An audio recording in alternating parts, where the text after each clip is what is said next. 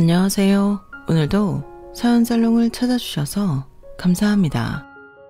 저는 오랜 세월 동안 가장 가까운 사람들에게 고통을 받다가 얼마 전 제대로 된 시원한 복수를 했던 사람입니다. 제 다사다난했던 인생에서 처음으로 제가 직접 이렇게 사이다처럼 마음이 뻥 뚫리는 행동을 한 적이 처음이라 아직도 많이 들뜨네요. 이 신나는 기분이 가라앉기 전에 최대한 많은 사람들에게 제 이야기를 들려드리고 싶은 마음에 이렇게 글을 쓰게 되었답니다. 요즘 젊은 여자분들은 아마 이해 못할 거예요. 요즘은 세상이 많이 바뀌어서 시어머니가 며느리 눈치도 보고 그런다지만 저희 때는 그런 건 꿈도 못 꿨잖아요. 제가 딱 그랬어요. 제가 남편과 결혼을 할 시절만 해도 아직까지 여자는 시집가면 출가 외인이라고 친정에서도 연을 끊다시피 했던 가족들이 많았던 때였어요. 저희 친정은 남자 어른들이 유난히도 가부장적이고 보수적이었기에 어려서부터 저는 저희 가족들이 전혀 의지가 되지 않았답니다. 제 힘으로 낮에는 공장에서 일하고 저녁에는 졸음을 참아가며 공부를 해서 그 시절에 대학까지 나오게 되었죠. 친정집이 그래도 형편이 좀 되는 집안이라 소녀가장 노릇을 시켜주지 않았다는 게 도움이라면 큰 도움이긴 했어요. 그렇게 공부에 매진해 대학도 나오고 남편도 만나 결혼을 했는데 사실 제가 시집 온다고 할 때부터 저희 시댁이 절 좋아했을 리가 없었습니다. 시어머니와 시누이는 입만 열면 쥐뿔도 없는 며느리가 들어왔다며 비아냥거리곤 했어요. 이게 뭐냐? 지금 생선 대가리까지 우리 보고 먹으라는 거야? 네가 없이 산다고 우리 집안도 없는 집안인 줄 아나? 이건 네 밥그릇으로 치워. 거지도 아니고. 너 아니면 누가 이딴 거 먹니? 제가 먹을게요, 어머님. 죄송합니다. 얼씨구, 국은 또 왜 이렇게 짜? 너 지금 우리한테 시위하는 거야? 아니면 없이 살아서 소금물이라도 먹던 버릇이 여기서도 나오는 거야? 아무리 없이 살아도 그렇지 누가 소금물을 반찬으로 먹어. 엄마도 참. 그냥 얘가 맛을 모르나 보지. 이런 밥상을 얼마나 먹어봤겠어. 국이 짜서 죄송해요. 그렇지만 저희 친정도 가난하진 않았어요. 저희 집안에서는 간을 세게 해서 먹는 편이었어서 그래요. 생선도 전부 다 먹었고요. 이게 어디서 어른한테 눈 똑바로 뜨고 말댔구야. 이런 식의 대화가 매번 식사 때마다 끊이질 않았어요. 그리고 두 사람은 제 머리며 옷, 얼굴 생김새까지 틈만 나면 촌스럽고 거지 같다고 놀려댔죠. 걸레질 하나만 못해도 멍청하다는 소리를 해댔고요. 시댁은 시어머니가 어려서부터 형편이 좋은 집안 딸이었기 때문에 그 윗세대에서 물려받은 유산만 해도 꽤 많았어요. 다른 남자 형제들에 비해 적게 받은 거였는데도 서울 한복판에 3층짜리 전원주택을 가질 만큼은 되었죠. 그런 집안에 제가 딸랑 제 몸뚱아리 하나만 갖고 들어갔으니 제가 싫은 것도 어느 정도는 이해가 가긴 했죠. 게다가 시아버지는 제가 결혼하기도 훨씬 더 전에 돌아가시고 남편은 중견기업에서 월급을 받으며 일했기에 시어머니는 제가 나타나기 전에도 이미 불만이 쌓여있는 상태였어요. 물론 평범한 남들과 비교하자면 남편이 잘 버는 편이었는데도 시어머니 기준으론 한참이나 부족해 보였던 거죠. 상대적으로 경제력이 부족하다고 느낀 저희 부부는 시댁에 살고 있었는데 저는 시집살이가 고될 때마다 더 열심히 공부를 했어요. 얼른 돈을 벌어 저희만의 집을 구하고 싶었거든요. 하지만 두 사람은 제가 시집 와서도 공부하는 것도 못 견디게 싫어했답니다. 조금이라도 방해하지 않으면 병이라도 나는 듯이 열과 성을 다해 절 괴롭히곤 했죠. 야, 너 이 시간에 어딜 가? 어제 말씀드렸다시피 오늘 교생 실습이 있어서요. 학교가 좀 멀어서 지금 출발해야 늦지 않을 것 같아요. 미친 거 아니야? 내가 어제 말한 건 귀등으로도 안 들었어? 오늘 인천에 약속 있다고 했잖아. 그 얘기 하신 건 들었지만 저한테 태워달라고 하시진 않았잖아요. 전 엊그제 제 일정을 미리 말씀드렸으니 당연히 혼자 가시는 줄 알았죠. 어머 얘 봐. 그럼 당연히 네가 태워주는 거지. 그럼 내가 버스 타고 지하철 타고 빙빙 돌아가야겠어? 넌 어쩜 그렇게 눈치도 센스도 없냐? 하지만 그러면 학교에 너무 늦게 출근하게 되는데요. 내가 태워줄게 내가. 아침부터 시끄러워 죽겠네. 당신 얼른 학교 가. 내 차 타고 가. 왜 네가 데려다 주니? 네가 맨날 저렇게 감싸고 만더니까 며느리란 애가 아직도 저렇게 말귀를 못 알아먹는 거 아니야. 그럼 교생 실습 나가는 걸 빵꾸 내라고 해요. 그리고 이 사람이 먼저 약속 잡고 얘기도 해놨는데 굳이 오늘 약속을 잡아서 태워달라는 건 뭐야. 둘 다 그만들 좀 해요. 지겨워 죽겠네. 그리고 시어머니와 시누이가 절 괴롭힐 때마다 남편은 항상 나서서 제 편이 되어주었고요. 저는 직접 돈을 벌고 대학을 들어가느라 늦은 나이까지 학교를 다녔어야 했는데 남편은 그런 제 사정을 다 알고도 결혼을 강행했을 정도로 제 꿈을 응원해 주었거든요. 사실 처음 친구의 소개로 만났을 때부터 선생님이 되고 싶다는 꿈을 가진 저를 좋게 평가해서 연인 사이로까지 발전한 거였어요. 결혼 후에는 연애 때처럼 말을 살갑게 못하는 남편이었지만 그래도 늘 제 학업을 응원해주는 남편 덕분에 저는 결국 교감의 자리까지 오르게 되었으니 그 점은 항상 고맙게 생각하고 있었죠. 하지만 좋았던 남편과의 관계도 영원하지 못했는데요. 그 불행의 씨앗은 바로 결혼 후 5년이 넘어가도록 저희 사이에 아이가 없었다는 거였어요. 제가 교사가 된 이후 저희는 2번의 임신을 했고 2번의 유산을 겪었어요. 당시 저는 그렇게 좋아하던 교사 일에도 지장이 생길 정도로 큰 마음의 상처를 얻게 되었는데요. 산부인과를 찾아가 검진을 받아보았는데 병원에서는 남편도 저도 임신이 가능할 만큼 건강하지 않다는 진단을 내리더군요. 당시 저희가 시도할 수 있는 방법이 없진 않았지만 요즘처럼 불임에 대한 치료나 제도가 제대로 되어 있지는 않았기에 너무 비싸고 방법도 어려웠어요. 그리고 바로 그 부분에서 저희의 의견이 갈리게 되었죠. 일단 어떤 방법이라도 시도해 봐야 하는 거 아니야? 이렇게 아무것도 안 하고 어영부영 시간 보내다가 나이만 더 들잖아. 나도 곧 있으면 노산이야. 하루라도 젊을 때 시험관이라도 해보자니까. 미쳤어? 그렇게 맨날 병원 다니면서 우리 부부 불임이에요. 광고라도 하자는 거야? 그게 당신이 원하는 거야? 그런 말이 아니잖아. 대체 왜 그렇게 부정적으로만 생각하는 거야? 그렇게라도 아이를 가지고 싶다는 거잖아. 시험관이지 뭔지 그걸 시도하기만 하면 100% 임신이 되냐고. 이번에도 아이가 생겼다가 유산하면 그때까지 든 돈이랑 시간은 그대로 물거품 되는 거 아니야. 100% 성공한다고 장담할 수도 없는데 동네방네 우리 부부 애 못 가진다고 광고까지 해야 하냐고. 왜 그렇게 사람들 시선을 의식하는 거야? 지금 누가 이러쿵저러쿵 하는 게 중요해? 당신은 우리가 아이를 가지는 것보다 남의 시선이 더 중요하냐고. 내가 너무 신경 쓰는 게 아니라 당신이 너무 신경을 안 쓰는 거지. 어떻게 여자가 돼갖고 병원부터 다닐 생각을 해? 백날 첫날 산부인과 들락날락거리는 게 그게 안 창피하냐? 그만큼 간절하다는 거잖아. 여보, 난 정말 아이 가지고 싶다고. 그럼 건강관리를 잘하고 살았어야지. 동네 사람들 병원 들락거린다는 소리를 할 게 아니라. 이 문제로 저희는 약 2년 동안이나 언쟁을 벌였는데요. 결국 합의점을 찾지 못하고 임신을 위한 노력도 하지 못한 채 부부 사이는 영영 멀어지게 되었어요. 그렇다 보니 자연스럽게 저희가 신혼 때 함께 목표했던 것들은 전부 물거품처럼 사라지게 되었죠. 신혼집을 구해서 나가기로 한 것, 아이를 2명 가지기로 한 것, 아이가 10살이 넘으면 해외여행을 가기로 한 것 등등이 말이에요. 모든 희망이 사라지니 저에게 남는 건 전보다도 더 힘든 시댁살이 뿐이었어요.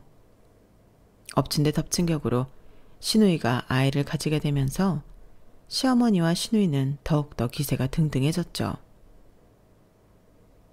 야, 너 지금 당장 나가서 메론 좀 사와. 메론이요? 지금 이 시간에요? 지금 밤 12시가 넘었는데 어디 가서 메론을 구해요?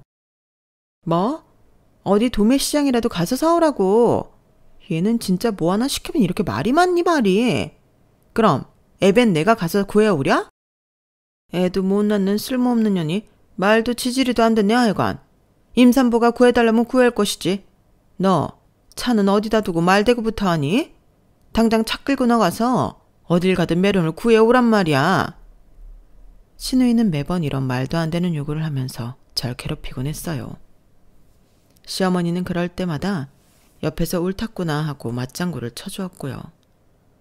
저렇게 닥달을 해서 결국 제가 신우이가 원하는 것을 구해왔더라도 거들떠도 보지 않았던 걸 보면 신우이는 그냥 저를 구박하는 것으로 임신 스트레스를 푸는 것 같았어요. 그리고 그때의 습관이 굳어져 출산을 한 이후에도 저는 신우이의 고된 육아를 다 대신 해주어야 했답니다. 똥기저귀를 가는 것부터 해서 아이를 재우고 울면 달래주고 나중에는 유치원과 학교를 데려다 주는 것까지 제가 도맡아서 했어요. 남편은 제가 잠도 못 자고 건강도 못 챙길 만큼 시댁 식구들한테 시달리는 걸 그저 나 몰라라 무시하기만 했네요.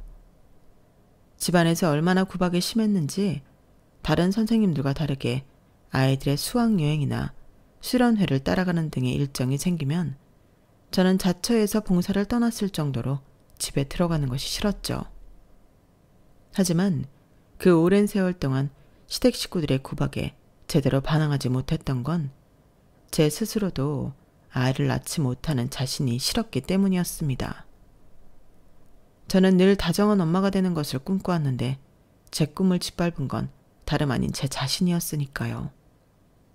지금 돌이켜 생각해보면 이렇게 자존감이 낮아지고 스스로 자책하는 생각들만 가득해지게 된 건 시댁 식구들의 지속적인 가스라이팅 때문이었던 것 같아요.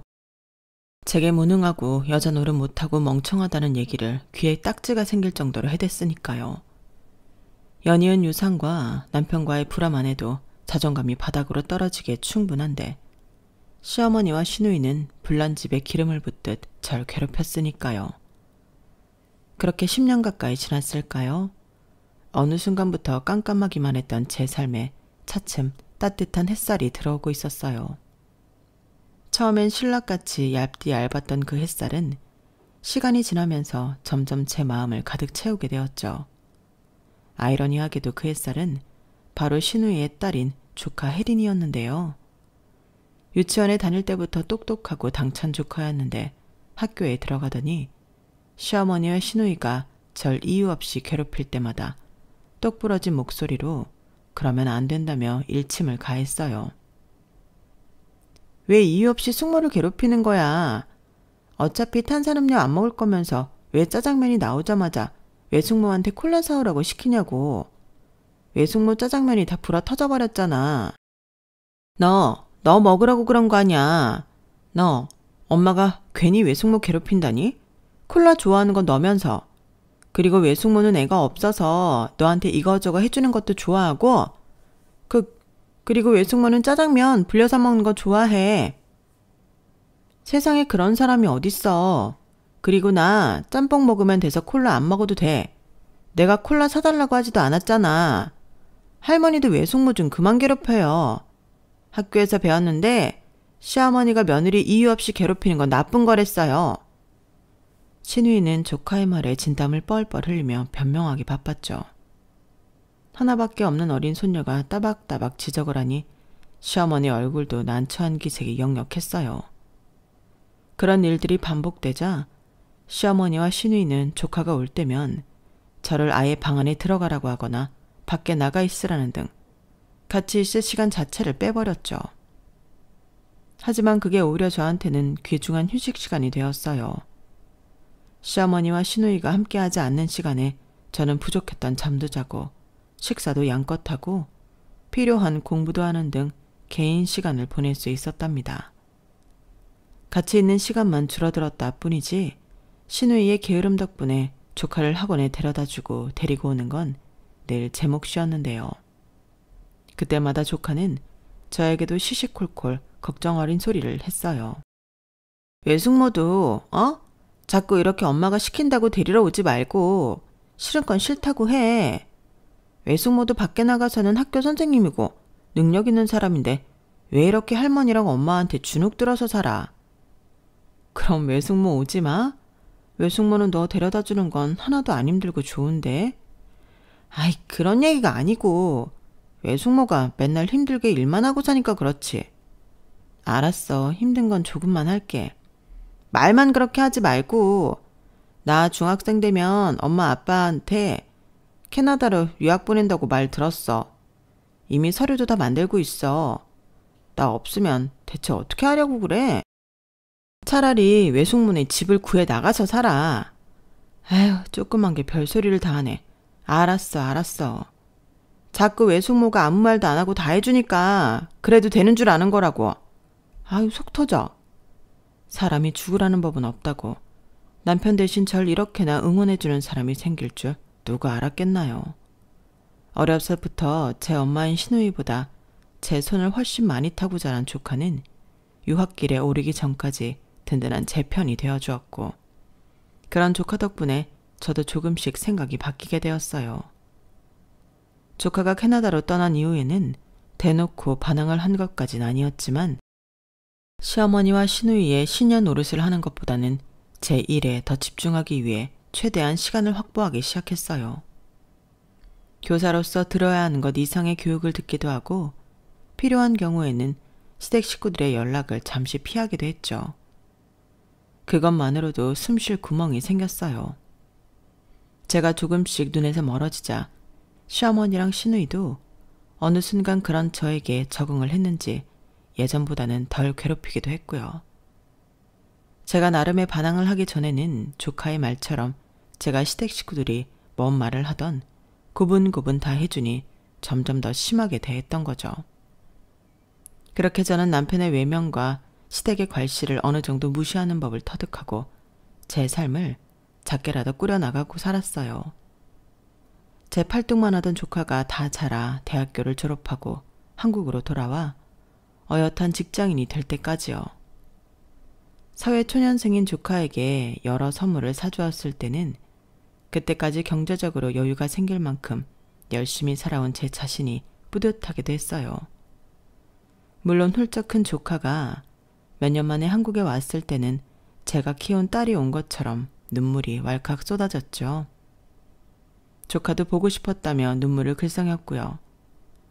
남편과 시어머니 시누이가 똥 씹은 표정으로 절 쳐다보긴 했지만 그때만큼은 누구의 눈치도 보지 않고 조카와 안부를 나눴답니다. 그런데 오랜 외국 생활을 마치고 한국으로 돌아온 조카로 인해 저희 가족은 또 한 번 커다란 변화를 맞이하게 되었어요. 거의 10년 동안이나 한국에 없던 조카는 한 번씩 외할머니 집, 저에게는 시어머니 집으로 올 때마다 눈살을 찌푸린 것이었는데요. 예전처럼 조카 앞에서도 저한테 이래라 저래라 하며 심부름을 시키거나 일부러 골탕 먹이지는 않았지만 여전히 가족 모임에서 요리부터 설거지, 청소까지 모든 일을 도맡아 하는 건 저 혼자였기 때문이에요. 사실 저도 그런 생활에 익숙해진 데다가 이젠 아무도 못된 말을 걸지 않아서 편하다는 생각까지 했는데 조카가 보기엔 아니었나 봅니다. 누가 시키지 않아도 식사를 마치자마자 저와 함께 상을 치우기 시작해 시어머니와 시누이를 멈칫하게 만들더니 외숙모 설거지하게 냅두고 거실로 나오라는 시어머니의 말에 정면으로 반박한 거였어요. 전 외숙모 도와주고 싶은데요. 왜 당연하게 외숙모 혼자 설거지하고 나머지 가족들은 TV 앞에 널브러지는 거예요? 오늘 장 봐와서 요리하고 상 차린 것도 외숙모인데 상 치우고 설거지하는 것도 외숙모 혼자 하는 건 너무한 거 아니에요? 요즘 시대가 어떤 시대인데 어떻게 다들 숟가락 하나 치워주는 사람 없이 그냥 내버려두고 소파로 갈 수가 있어요. 원래 가족 모임 때는 그런 거다. 너희 외숙모도 우리 가족한테 받은 거 많아. 오늘은 이제 막 취직한 네가 주인공이니까 손에 물 묻히지 말고 와서 얘기 좀 나누자는 거다. 아유, 그래. 혜린이 너 좀 그만 따져라. 엄마도 아빠네 집 가면 일하잖아. 원래 다 그런 거야. 얼른 외할머니 말 좀 들어. 엄마가 무슨 일을 해? 할머니 집 가서도 죄다 근처에서 외식하거나 배달시켜 먹으면서. 얘는 엄마도 너희 할머니 말에는 내내 하잖아. 시끄럽고 그만 좀 거실로 가 앉아 좀. 싫어. 다들 너무 부당한 것 같아. 나라도 외숙모 도와줄래. 그래야 마음이 편하겠어. 엄마는 내가 나중에 시집가도 혼자서 7인분 요리 다 하고 치우고 설거지에 청소까지 하면 좋겠어? 할머니도 제가 그랬으면 좋겠어요? 조카의 허를 찌르는 질문에 결국 시어머니와 시누이는 또다시 아무 말도 못했어요.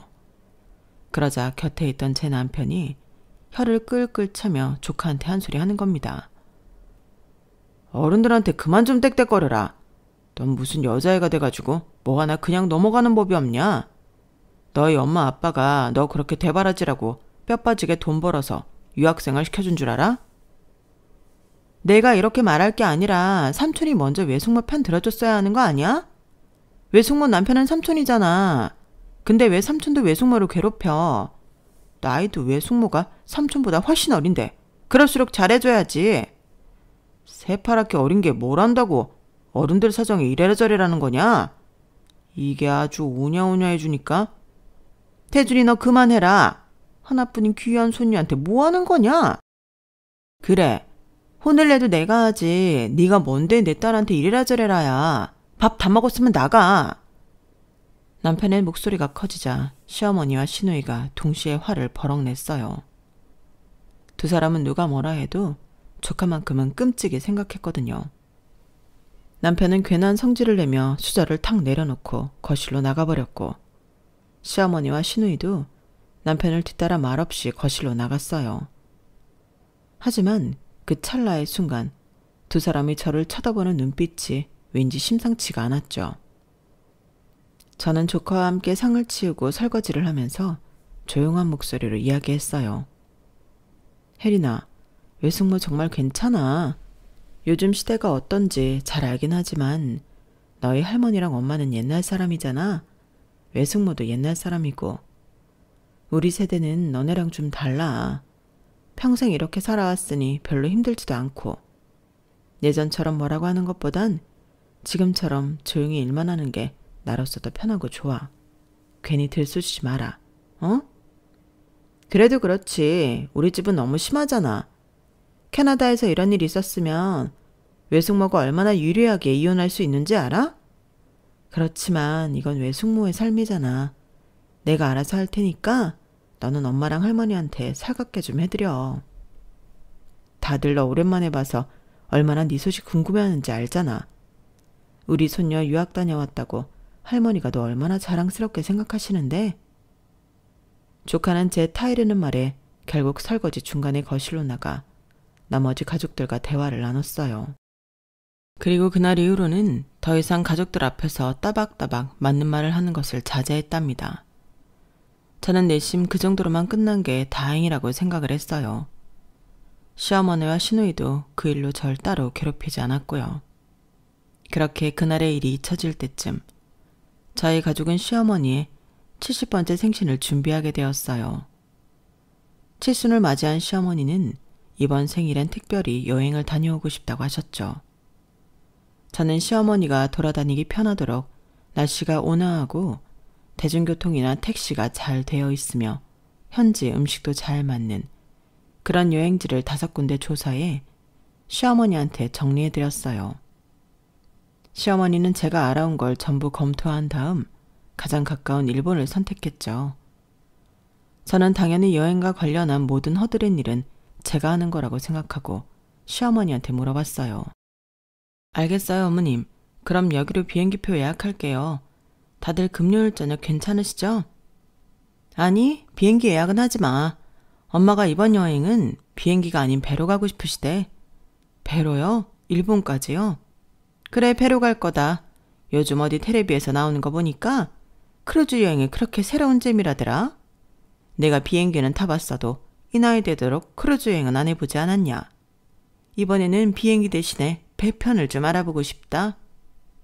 아, 네, 알겠어요. 그럼 제가 배를 새로 알아볼게요. 아니야, 내가 할게. 나 아는 지인 통해서 구하면 싸게 좋은 자리를 구할 수 있거든. 그리고 너 자리도 예약해 놓으려고. 너도 이번에는 같이 가자. 저도요? 저번에 우리 혜린이가 그랬잖아. 우리가 너한테 너무 막대한다고. 자기가 시집가서 그런 취급 받았으면 좋겠냐고 말이야. 그 말 이후로 엄마랑 내가 얘기를 좀 해야니 했어. 우리가 그동안 너한테 좀 너무했다 싶은 생각이 조금 들더라고. 갑자기 신우이가 그런 얘기를 하는데 솔직히 처음에 전 신우이가 뭘 잘못 먹은 줄 알았어요. 장난을 치는 건가 싶어서 아무 말 없이 신우이의 얼굴을 뚫어져라 쳐다봤더니 신우이는 멋쩍은 표정으로 눈을 피하더군요. 어쨌든 그래서 이번 여행은 너도 같이 가는 거니까 그런 줄 알아. 그럼 제가 호텔이랑 다른 곳들 전부 예약할게요. 그래. 좋은 곳으로 알아서 예약해놔.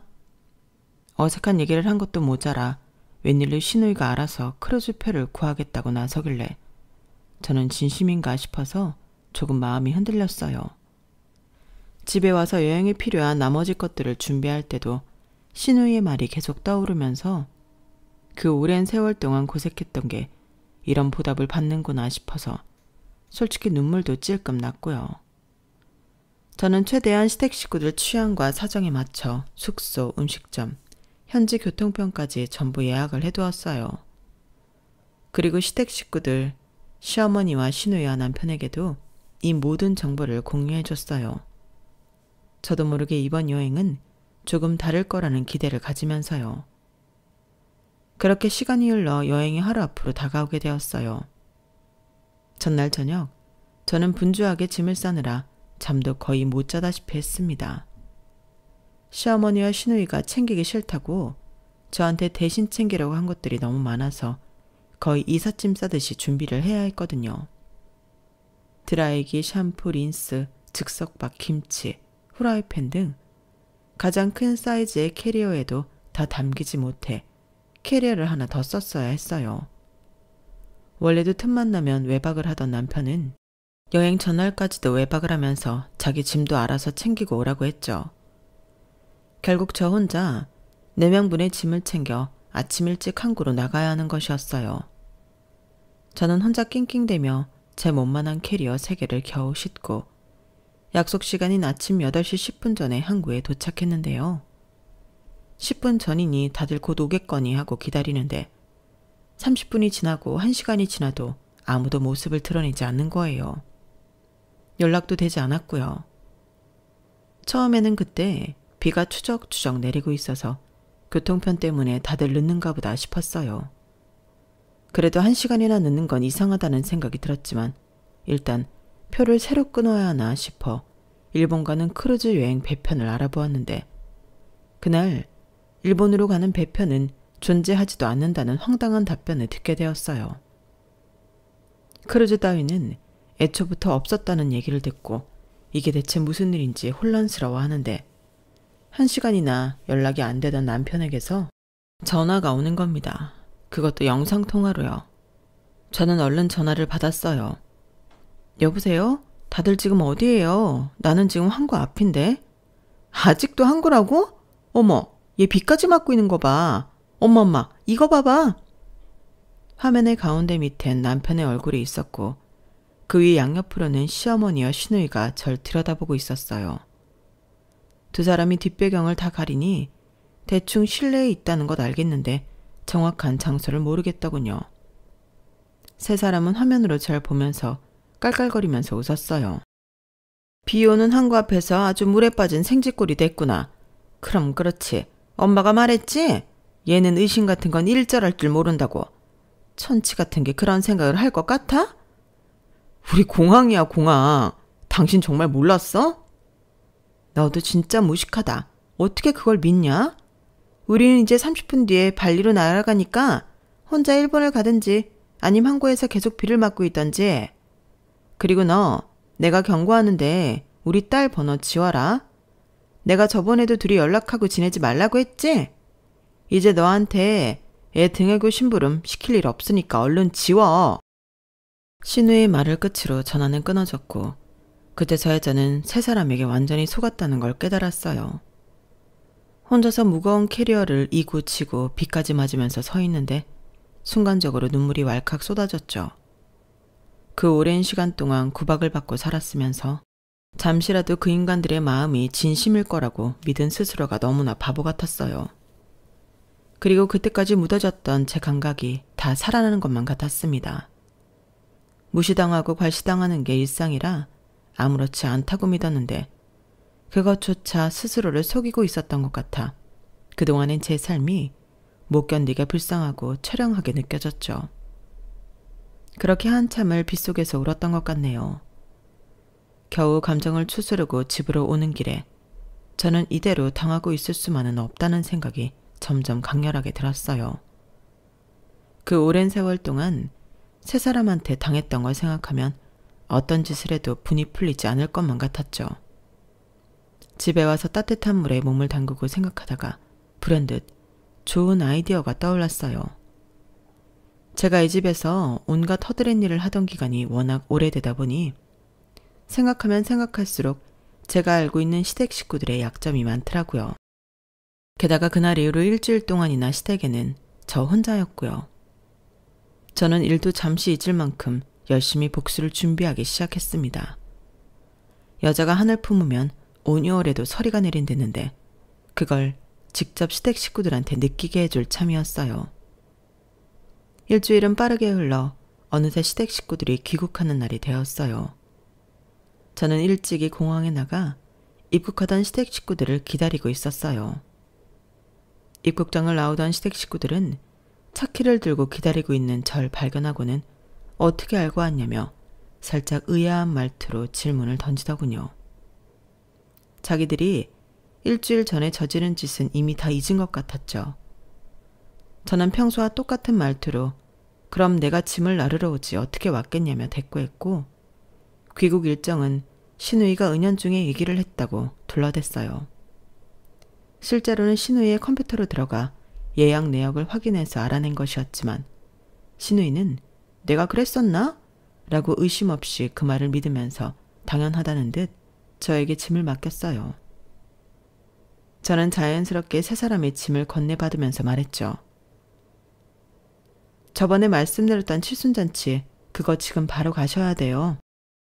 칠순잔치? 그게 오늘이라고? 오늘이 토요일이잖아요. 다른 가족들 시간 맞추려면 주말밖에 없어서 오늘로 잡았어요. 저번에 말씀드리긴 했었는데 아무리 그래도 그렇지 네가 이 늙은이를 죽이려는 거야? 어떻게 비행기 타자마자 바로 칠순잔치를 가라는 거야?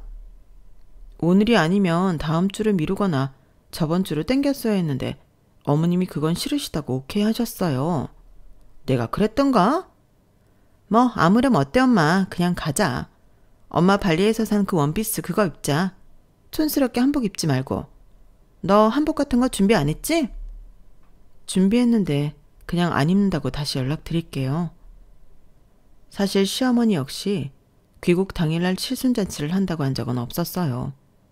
그냥 제가 시어머니가 잔소리했을 법한 내용들로만 둘러대니 그랬나 보다 하는 거였죠.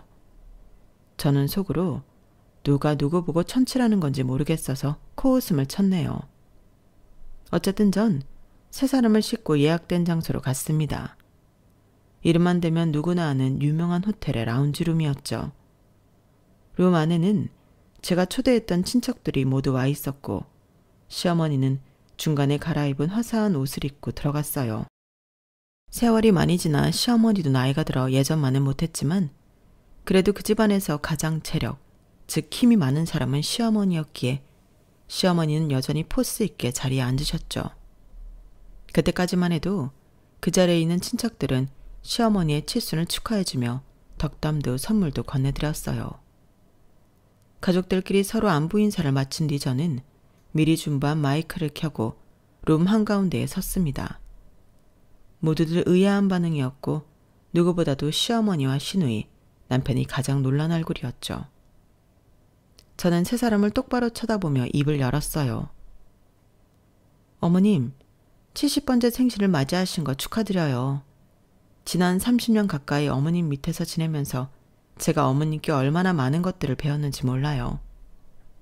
늘 감사드리고 오래오래 사셨으면 좋겠어요. 그런 저의 마음을 담아 이번 칠순 생신 선물은 특별한 걸 준비했는데요.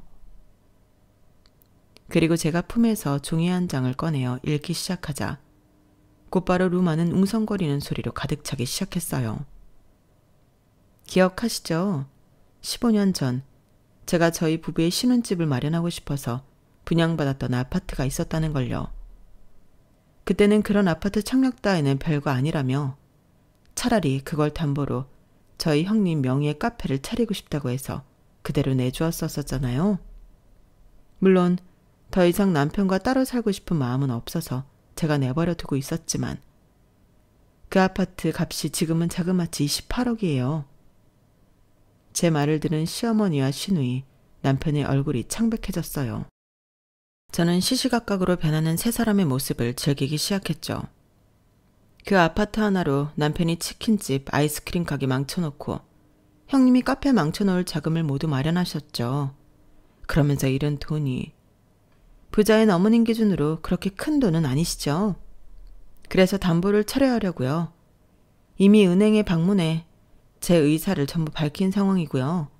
아마 다음 주부터 많은 연락을 받게 되실 거예요. 깜짝 놀라셨죠? 제가 환하게 웃으며 서프라이즈를 외치자 시어머니는 테이블을 힘껏 내려치며 너, 니년이 감히? 라며 호통을 치셨지만 더 이상 할 수 있는 말이 없었는지 애꿎은 테이블만 계속 내리치셨어요. 시누이는 믿을 수 없다는 얼굴이었고 남편 역시 비오듯 땀을 흘리기만 했죠. 사람들은 더욱더 웅성거리기 시작했어요. 그리고 전 마지막 쐐기를 박았습니다. 아참, 어머님 예전에 부모님께 물려받았다는 집도 형님이 어머님 몰래 대출 몇 건 받은 거 여전히 걸려있는 거 아시죠? 어머님 딸을 너무 고급지게 키우셔서 그런지 돈 쓰는 스케일이 남다르더라고요. 혜린이 유학자금이 어디서 그렇게 넘치게 나왔나 했더니 그게 다 어머님 집에서 나온 거였더라고요. 이건 알려준 제가 고맙죠. 오늘이 그냥 생신도 아니고 칠순이시니까 이건 보너스예요. 세상에, 어머님 이거 다 수습하시려면 여기 계신 가족분들께 손이라도 벌리셔야겠네요.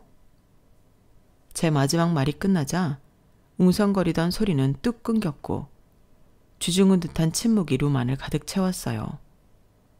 일간 친척들은 제 마지막 말에 눈알을 굴리며 서로 눈치만 보고 있었죠. 숨막히는 침묵 속에서 남편이 자리를 박차고 일어나며 고함을 질렀어요. 지금 그 말들을 믿으라고 하는 거야? 당신이 그런 짓 하게 우리가 가만히 둘 것 같아? 어디 집안 어른들 다 모아놓고 헛소리야. 그래, 말 잘했다. 당신 선물도 있어. 뭐? 아직 안 끝났다는 소리야. 자, 여기 이혼장이야.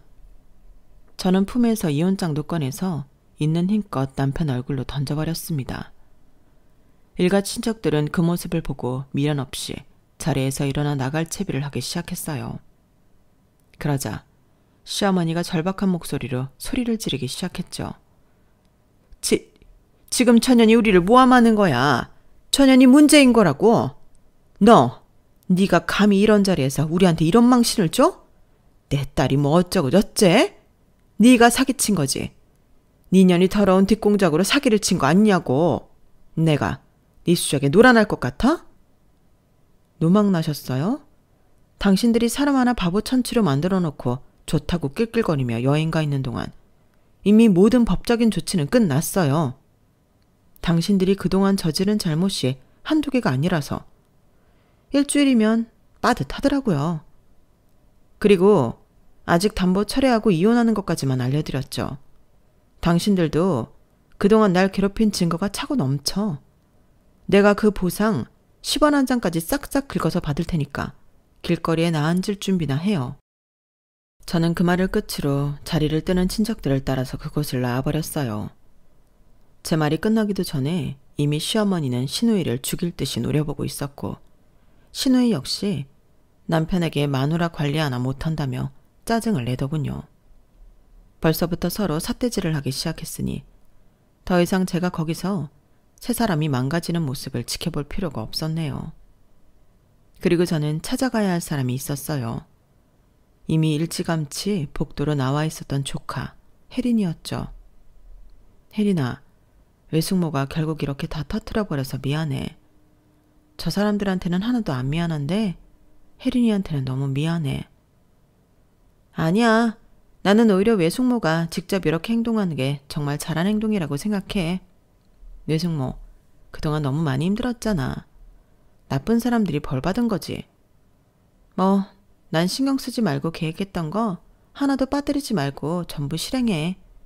그건 외숙모의 정당한 권리니까. 그리고 뭐, 우리 집안은 혼 좀 나야 돼. 고마워. 혹시 너한테 힘든 일이 생기면 외숙모한테 언제든지 연락해. 알았지? 조카의 표정은 사실 마냥 밝지만은 않았지만 그래도 끝까지 절 보고 웃어주더군요. 저는 그런 조카를 꼭 안아준 뒤 조카의 말대로 저의 정당한 권리를 모두 행사했습니다. 담보를 철회하니 시댁으로는 하루가 멀다 하고 빚도 촉장이 날아가기 시작했고 시어머니의 돈으로 겨우 그 빚의 이자들을 막아낼 때쯤엔 제가 고소장을 때렸어요. 지속적인 괴롭힘과 금품갈취 등으로요. 남편과의 이혼에서는 당연히 막대한 위자료를 받게 되었고 시어머니와 시누이에게도 받아낼 위자료가 한가득이었죠.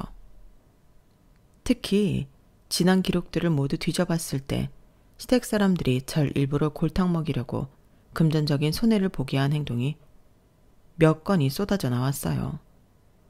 핸드폰을 자주 안 바꾸길 천만 다행이었네요. 가뜩이나 밀려드는 빚토크 때문에 정신도 없는데 제 고소까지 덮치니 시댁은 정신을 못 차리고 휘청였죠. 뒤늦게라도 정신을 좀 차렸는지 시댁 식구들은 저한테 연락해서 울고 불며 미안하다고 빌기 시작했습니다. 저는 그들이 평소에 저에게 그래왔듯이 들은 채도 안 하고 무시해버렸고요. 그 사람들이 나락을 가는 동안 전체 아파트에서 편하게 쉬고 있었어요. 그동안 제 아파트는 세를 놓고 있었는데 하늘이 도우시는 건지 세입자들이 마침 재계약을 안 하고 집을 비운 상태였거든요. 그래서 가족들이 여행을 갔을 때 제 짐들을 모두 옮겨놓은 상태였죠. 하루 종일 가족들의 뒤치다꺼리를 하지 않고 온전히 제 시간을 가진다는 것은 생각보다도 훨씬 평화롭고 행복했어요. 시댁으로부터 하나 둘씩 입금이 되어야 할 돈이 들어올 때쯤엔 저는 안식년을 선언하고 잠시 휴양지로 여행을 떠났답니다. 드넓은 자연을 보면서 제 지난 삶을 되돌아보았죠. 스스로가 바보 같게 느껴지기도 하고 또 힘든 일들이 떠올라 목이 메이기도 했지만 그런 상황 속에서도 제 자신을 돌보기 위해 노력하면서 이룬 것들이 스스로 대견하다는 생각도 들었죠. 그리고 결과적으로는 절 괴롭혔던 그 인간들에게 제대로 된 복수에 성공했으니 저라는 사람이 마냥 바보는 아니었더라고요. 지금은 여행을 다녀와 아침에는 요가를 하고 유기농 건강식만 직접 만들어 먹으면서 평화로운 시간을 보내고 있답니다. 조카와는 아직도 자주 연락하며 지내고 있고요. 저는 이제야 제 삶이 더없이 만족스럽고 행복해요. 그리고 만약 저처럼 당하고만 사는 삶이 익숙하다고 느끼는 분이 있다면 꼭 그 삶에서 안주하지 말고 정당하게 스스로의 권리를 챙기라고 말씀을 드리고 싶어요. 제 이야기는 여기까지랍니다. 긴 얘기 들어주셔서 감사해요. 다들 행복한 하루하루 보내시길 바랍니다. 여러분, 사연 댓글에 응원과 현명한 조언 부탁드려요. 좋아요와 구독은 저에게 큰 힘이 됩니다. 오늘도 좋은 일 가득하세요.